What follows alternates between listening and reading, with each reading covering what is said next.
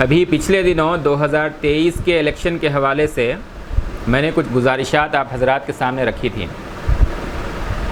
اس کے بعد کچھ مخلص حضرات نے اس موضوع پر فون پر مجھ سے بات کی اور کچھ حضرات سے بالمشافہہ بات ہوئی، اور اس کے بعد خیال ہوا کہ اس سلسلے میں کچھ اور پہلوؤں کو مزید صاف طور پر آپ حضرات کے سامنے رکھنے کی کوشش کروں۔ اصل میں ہمارے پاس ملی جماعتیں موجود ہیں اور ہم خود کسی نہ کسی جماعت سے وابستہ ہیں۔ اچھا، ہماری کئی ملی جماعتوں کا نیٹ ورک کافی مضبوط بھی ہے اور اللہ تعالیٰ ان سے بہت اچھے کام بھی لے رہے ہیں، لیکن اسی کے ساتھ یہ بھی ایک حقیقت ہے کہ اس وقت ملک میں جو مسائل کھڑے ہو چکے ہیں اور جو مسائل مسلسل کھڑے ہو رہے ہیں، ان مسائل پر ہماری ملی جماعتوں کی جانب سے حالات کی مناسبت سے بروقت صحیح فیصلے یا صحیح لائحہ عمل ملت کے سامنے نہ آنے کی وجہ سے ملت میں بے چینی بڑھتی جا رہی ہے۔ ایک بڑا مسئلہ یہ ہے کہ ہمارا دین ہم کو عام حالات ہی میں اتحاد کی تعلیم دیتا ہے، لیکن ہم ان تعلیمات کو نظر انداز کر کے آپس میں بٹے ہوئے ہیں اور اس کے نتیجے میں ہماری ہوا اکھڑی ہوئی ہے۔ دین میں اتحاد کی تعلیم جو ہے وہ تمام حالات کے لیے ہے، لیکن موجودہ خاص نازک حالات میں بھی ہمارے درمیان اتحاد فکر اور اتحاد عمل کی سخت کمی ہے۔ مسلمانوں کی جن جماعتوں میں فکری اختلاف ہے، یعنی جو جماعتیں آپس میں ایک دوسرے سے فکری آئیڈیالوجیکلی جو ہے اختلاف رکھتی ہیں، ان کو چھوڑ دیجیے آپ، لیکن ہمارے درمیان بہت سے لوگ اور بہت سی جماعتیں، ان میں کوئی نظریاتی اختلاف نہیں ہے، لیکن اس کے باوجود انہوں نے بھی الگ الگ ٹائٹل اور پلیٹ فارم بنا رکھے ہیں اور ملت کے نازک مسائل کو حل کرنے کے لیے بھی آپس میں مل کر کام کرنے کی طرف کوئی توجہ نہیں دے رہے۔ یہ جو ہے ہمارا ایک بہت بڑا مسئلہ ہے۔ اللہ کا خوف، آخرت کی جواب دہی کا خوف، نبی صلی اللہ علیہ وسلم کے دین کی حفاظت کے لیے اس درجے غفلت ہو چلی ہے کہ ہماری الگ الگ جماعتیں جو سب ملت کے لیے کام کرنے کی مدعی ہیں، لیکن ملی مسائل پر باہم مل کر کچھ کرنے کے لیے تیار نہیں ہیں۔ سب چاہتے ہیں کہ اپنی اپنی جگہ رہ کر کام کریں گے، جس کی وجہ سے ہم بہت کچھ کرنے کے باوجود ہماری ساری محنتیں بکھری ہوئی ہیں اور صحیح نتیجہ ہم کو نہیں دے رہی ہیں۔ موجودہ نازک حالات میں ہمیں ان پہلوؤں پر مل کر غور کرنا ہوگا اور دین حق کے لیے مخلص ہو کر ملت کے مفاد کے لیے باہمی دوریوں کو ختم کر کے کوئی مناسب لائحہ عمل بنانا ہوگا۔ یہ وقت در حقیقت دین کے ساتھ ایماندارانہ وابستگی کے امتحان کی گھڑی ہے۔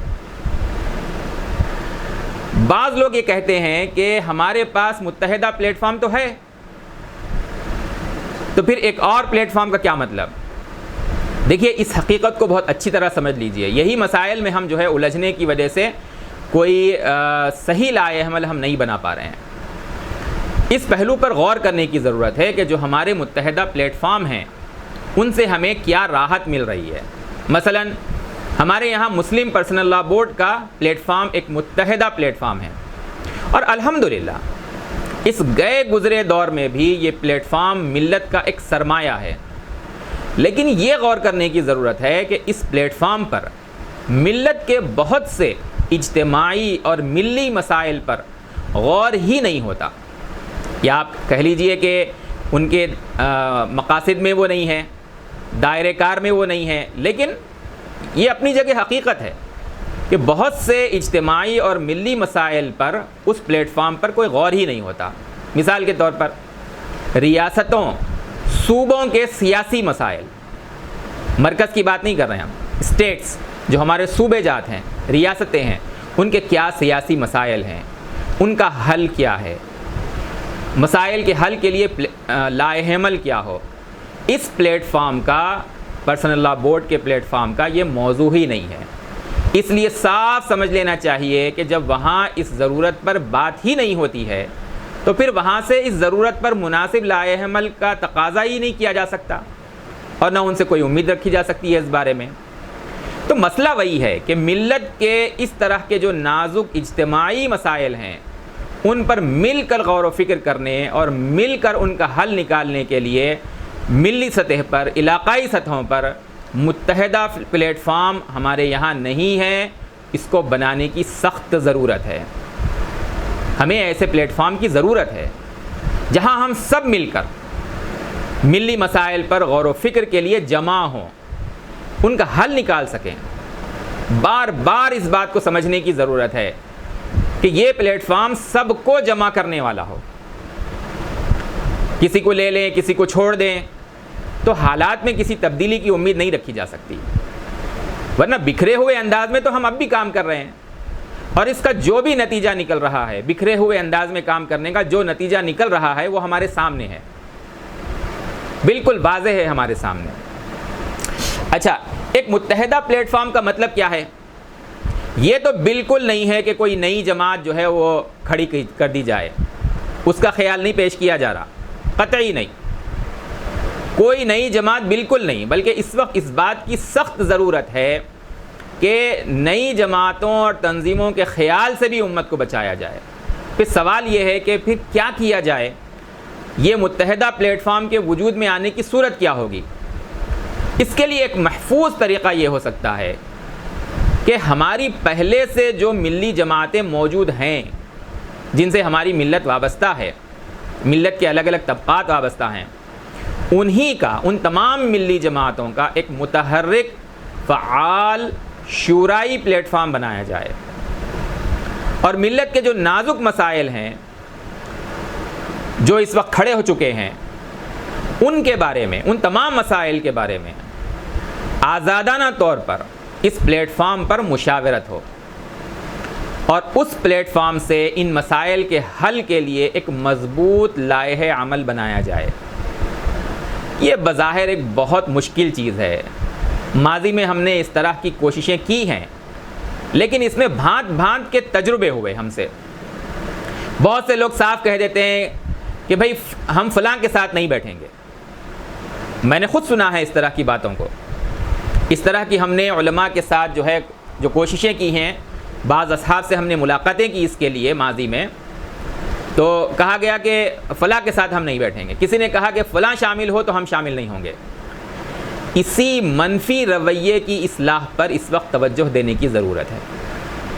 دین اور ملت کے خادموں سے درخواست کرنے کی ضرورت ہے کہ وقت کا یہ تقاضا ہے کہ ہم اپنی دوریوں کو ختم کر کر مل کر کام کریں۔ یہ وقت کی ضرورت ہے، یہ ملک کی ضرورت ہے، ہمارے ملک کی ضرورت ہے، یہ انسانیت کی ضرورت ہے۔ وقت کے جو ظالم ہیں، فرعون ہیں، وہ گٹھ جوڑ کر کے ملک اور ملت پر، پوری انسانیت پر ظلم کی انتہا کر رہے ہیں۔ ایسے میں ہمیں منفی جذبات کی قربانیاں دینی ہوں گی، یا پھر بڑے مقصد کے لیے چھوٹی باتوں کو نظر انداز کرنا ہوگا۔ اپنی خواہشات کے خلاف دین اور ملت کے مفاد کے لیے ایک دوسرے سے جڑنا ہوگا، اللہ کی خوشنودی کے لیے، سیدنا محمد رسول اللہ صلی اللہ علیہ وسلم کے دین کی حفاظت کے لیے، ملک اور انسانیت کی خدمت کے لیے ہمیں یہ کرنا ہے، ہر حال میں کرنا ہے۔ ملی جماعتوں کے جڑنے کی ایک بہت آسان شکل یہ ہے کہ ہر ملی جماعت اپنی جماعت اور تنظیم میں ایک کمیٹی بنائے، جس کا مقصد یہ ہو کہ وہ کمیٹی اس جماعت کی جانب سے دیگر جماعتوں اور تنظیموں سے وفاق کے لیے اور مشترکہ لائحہ عمل بنا کر اس پر کام کرنے کے لیے محنت کرے۔ ہر جماعت کی ایک جو کمیٹی بنے گی، یہ باہم دوسری جماعتوں کے ساتھ مل کر کام کرنے کے لیے مختص کر دی جائے، اور اس کمیٹی میں جماعت کے مخلص اور قابل لوگوں کو منتخب کیا جائے۔ یہ کمیٹی بغیر تاخیر کے، بغیر کسی تاخیر کے دیگر جماعتوں سے ملاقات کر کے اس وقت کے مسائل پر غور و فکر کرے اور باہم مل کر کام کرنے کے لائحہ عمل پر کام کرے کہ وہ کیسے تیار ہوگا۔ اگر ہم یہ کرنے میں کامیاب ہو جائیں، اللہ تعالی ہمیں اس کی توفیق دے، ہمارے لیے اللہ تعالی اس کو آسان کرے، اگر ہم یہ کرنے میں کامیاب ہو جائیں، بلکہ اس کا سلسلہ بھی شروع ہو جائے، تو یہ ایک بہت بڑی کامیابی ہوگی۔ اس میں ہماری کوشش یہ ہو کہ اس پلیٹ فارم کو بتدریج آزاد شورا کا پلیٹ فارم بنایا جائے۔ بتدریج آزاد شورا کا مطلب کیا ہے؟ کہ اس پر ملت کے، ملک کے سب مخلص جڑ سکیں، تمام درد مند علماء اکرام، دانشور، نوجوان، جو ملت کا جو ہے وہ درد رکھتے ہیں، جذبہ رکھتے ہیں، ملت کے مخلص اور درد مند اصحاب، اس پر جو ہے وہ کھلے دل کے ساتھ بلائے جائیں، مدعو کیے جائیں، سب کو جوڑا جائے، اور سب مل کر آزادانہ طور پر ملی اور ملکی مفادات کے حق میں مناسب لائحہ عمل بنا سکیں، مناسب فیصلے لے سکیں۔ یہ جو آزادانہ شورا کا جو تصور ہے، اس کے مزید وسیع تر مفہوم پر ہم آگے بھی انشاءاللہ بات کریں گے۔ اس میں خاص طور سے اس پہلو پر بات ضروری ہے کہ اس پلیٹ فارم پر مفاد پرست لوگوں اور سیاسی جماعتوں کی چھاپ نہ پڑنے دی جائے، کیونکہ ماضی میں اتحاد عمل کے لیے جو پلیٹ فارم بنے، یا تو ان کی فعالیت ختم ہو گئی، جڑنے والے خود جو ہے وہ ڈھیلے پڑ گئے، لاپرواہ ہو گئے، غافل ہو گئے، یا کسی سیاسی جماعت کی جانب سے جان بوجھ کر ان کی فعالیت کو ختم کیا گیا۔ اس طرح کے مسائل دوبارہ نہ ہوں، اس کے لیے توجہ دینے کی سخت ضرورت ہے۔ ہم اس پر انشاءاللہ آگے بات کریں گے۔ دیکھیے، اس وقت یہ عرض کرنا ہے کہ اس متحدہ پلیٹ فارم پر جن موضوعات پر غور کرنا ہے، جڑنا ہے، جڑ کر کن موضوعات پہ بات کرنا ہے، اس پر ہمیں یہاں کچھ کہنے کی ضرورت نہیں ہے۔ یہ موضوعات بالکل واضح ہیں۔ ملی جماعتوں کے جو ذمہ دار ہیں ہمارے، ان مسائل سے، ان موضوعات سے اچھی طرح آگاہ ہیں۔ اس وقت ملت کے کیا مسائل ہیں، اس وقت ملک کے کیا مسائل ہیں، ملک کے عام شہریوں، عام ناگرکوں کے کیا مسائل ہیں، یہ سب ہمارے سامنے ہیں۔ ملک میں نفرت پھیلانے والے، فرقہ پرستی کو ہوا دینے والے، ان کی سازشیں سب آشکارا ہیں۔ ہمیں یہ غور کرنا ہے کہ ان سازشوں سے ملک اور ملت کے ملک کو اور ملک کے باشندوں کو ہم کیسے بچائیں، اس کے لیے ہم مل کر کیا کر سکتے ہیں، یہ جو ہے اس پر ہمیں غور کرنا ہے۔ اور اسی طرح سے ہم کو اس بات پر غور کرنا ہے کہ ہم ان مسائل کے دستوری اور قانونی حل کے لیے کیا مضبوط لائحہ عمل بنا سکتے ہیں۔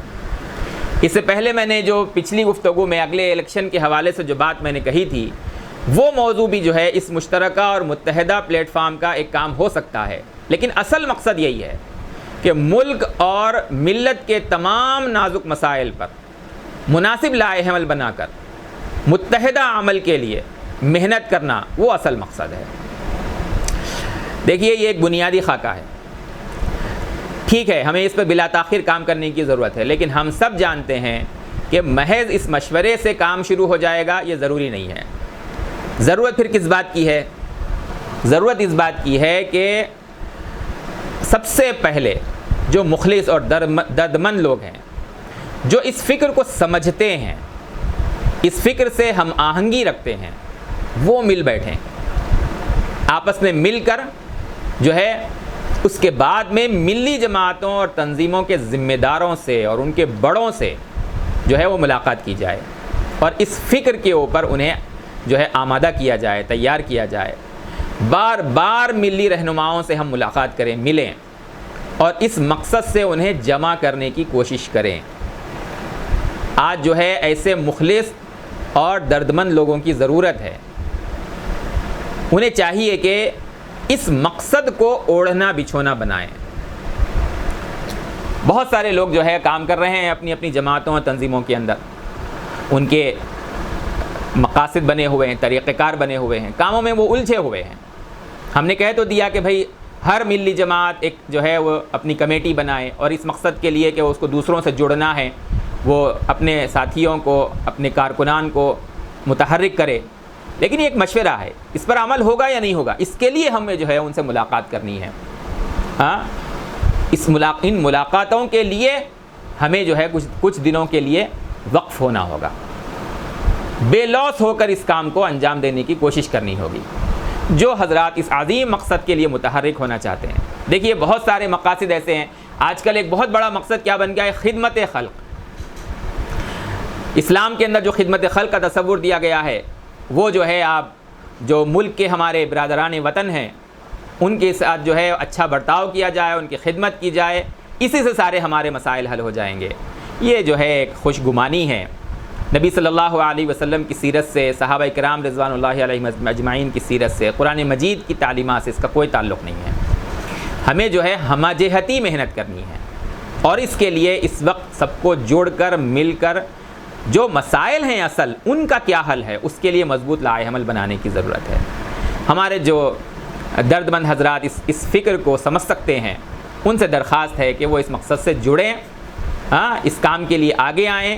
اللہ تعالی ہمیں دین اور ملت اور ملک اور انسانیت کی خدمت کے لیے اس اہم کام میں کامیابی دے، اس راستے کو اللہ تعالی آسان بنائے۔ آمین یا رب العالمین۔